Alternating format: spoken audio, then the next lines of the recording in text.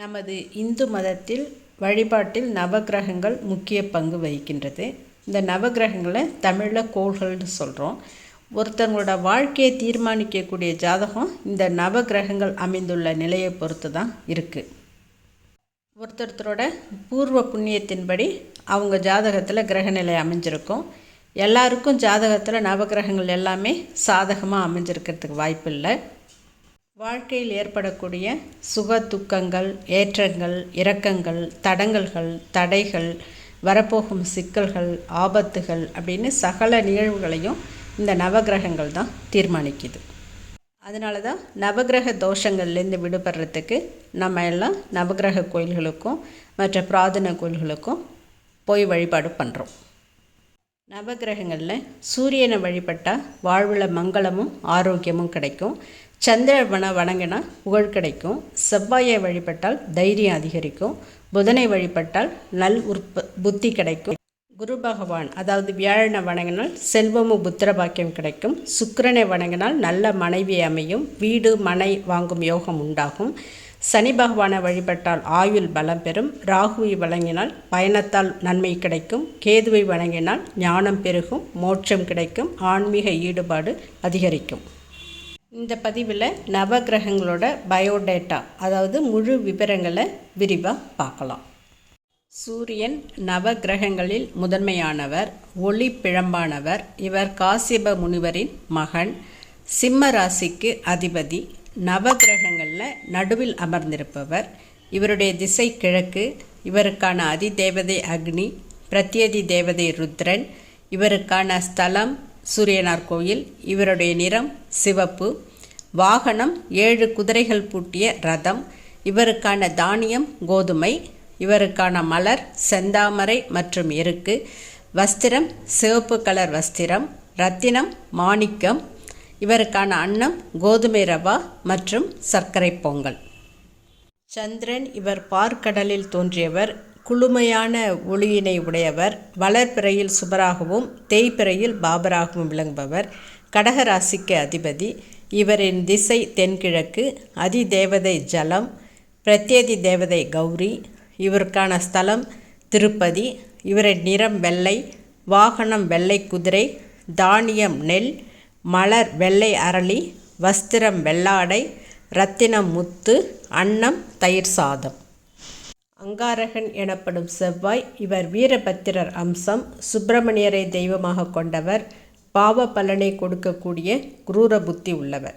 மேஷம் மற்றும் விருச்சிக ராசிகளுக்கு அதிபதி. இவரின் திசை தெற்கு. இவருக்கான அதிதேவதை நிலமகள். பிரத்யேதி தேவதை க்ஷேத்திரபாலகர். இவருக்கான தலம் வைத்தீஸ்வரன் கோயில். நிறம் சிகப்பு. வாகனம் ஆட்டுக்கிடா. தானியம் துவரை. மலர் செண்பகப்பூ மற்றும் சிவப்பு அரளி. இவருக்கான வஸ்திரம் சிவப்பு ஆடை. ரத்தினம் பவழம்.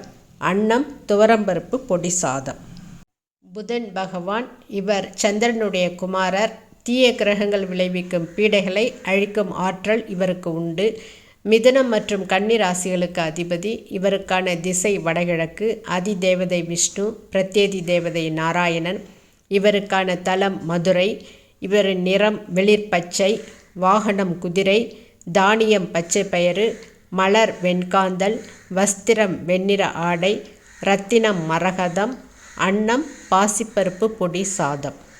குரு பகவான். இவர் தேவகுரு என்னும் பட்டத்தை உடையவர். இவருடைய பார்வையால் தோஷங்கள் அனைத்தும் நீங்கும். இவர் பூரண சுப கிரகமாகும். தனுசு மற்றும் மீன ராசிகளுக்கு அதிபதி. இவருக்கான திசை வடக்கு. அதிதேவதை பிரம்மா. பிரத்யேதி தேவதை இந்திரன். இவருக்கான தலம் திருச்செந்தூர். நிறம் மஞ்சள். வாகனம் மீனம். இவருக்கான தானியம் கடலை. வஸ்திரம் மஞ்சள் நிற ஆடை. ரத்னம் புஷ்பராகம். இவருக்கான அன்னம் கடலைப்பொடி சாதம் மற்றும் சுண்டல். சுக்கிர பகவான். இவர் அசுரகுரு. இவரை மழைக்கோள் அப்படின்னும் சொல்லுவாங்க. சுபர் கிரகம். ரிஷபம் மற்றும் துலா ராசிகளுக்கு அதிபதி. இவருக்கான திசை கிழக்கு. அதிதேவதை இந்திராணி. பிரத்யதி தேவதை இந்திர மருத்துவன். இவருக்கான தலம் ஸ்ரீரங்கம். வாகனம் முதலை. தானியம் மொச்சை. மலர் வெண்தாமரை மலர். வஸ்திரம் வெள்ளாடை. ரத்தினம் வைரம். இவருக்கான அன்னம் மொச்சை பொடி சாதம். சனி பகவான் இவர் சூரியனுடைய மகன். பாவ பலன் தருவதில் ஈஸ்வர பட்டம் பெற்றவர். சனியைப் போல கெடுப்பாரும் இல்லை கொடுப்பாரும் இல்லை என்பது பழமொழி. மகரம் மற்றும் கும்பராசிகளுக்கு அதிபதி.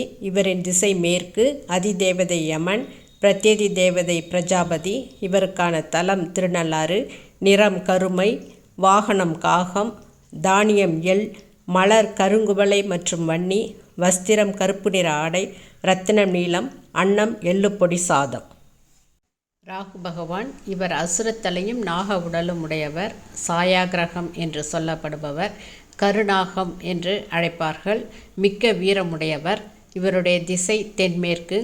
இவருக்கான அதிதேவதை பசு, பிரத்யதி தேவதை பாம்பு. இவருக்கான தலம் காலத்தி, திருக்காளஹஸ்தி. இவருக்கான நிறம் கருமை, வாகனம் நீல சிம்மம், தானியம் உளுந்து. இவருக்கான மலர் மந்தாரை மலர், வஸ்திரம் கருப்பு நிற ஆடை, இரத்தினம் கோமேதகம். இவருக்கான அன்னம் உளுத்தம்பருப்பு பொடி சாதம். கேது பகவான் இவர் நாகத்தலையும் அசுர உடலும் கொண்டவர். சிகி என்றும் செந்நாகம் என்றும் அழைக்கப்படுபவர். இவருக்கான திசை வடமேற்கு. அதிதேவதை சித்திரகுப்தன், பிரத்யதி தேவதை பிரம்மன். இவருக்கான ஸ்தலம் காளஹஸ்தி. இவருடைய நிறம் செம்மை நிறம், வாகனம் கழுகு, தானியம் கொள்ளு, மலர் செவ்வல்லி மலர், வஸ்திரம் பல நிற ஆடை, இரத்தினம் வைடூரியம், அன்னம் கொள்ளுப்பொடி சாதம். எனவே நவக்கிரக ஆலயங்களுக்கு சென்று வணங்கும் பொழுது முதலில் அங்குள்ள சிவன், அம்மன் மற்றும் அனைத்து தெய்வங்களையும் வணங்கிய பிறகுதான் இறுதியாக நவக்கிரகங்களை வணங்க வேண்டும். மேலும் திருஞான சம்பந்தரின் கோளறு பதிகம் பாராயணம் செய்வது மிகவும் நல்லது. இந்த பதிவு உங்களுக்கு பிடிச்சிருந்தால் லைக் பண்ணுங்கள், ஷேர் பண்ணுங்கள், சப்ஸ்கிரைப் பண்ணுங்கள். நன்றி, வணக்கம்.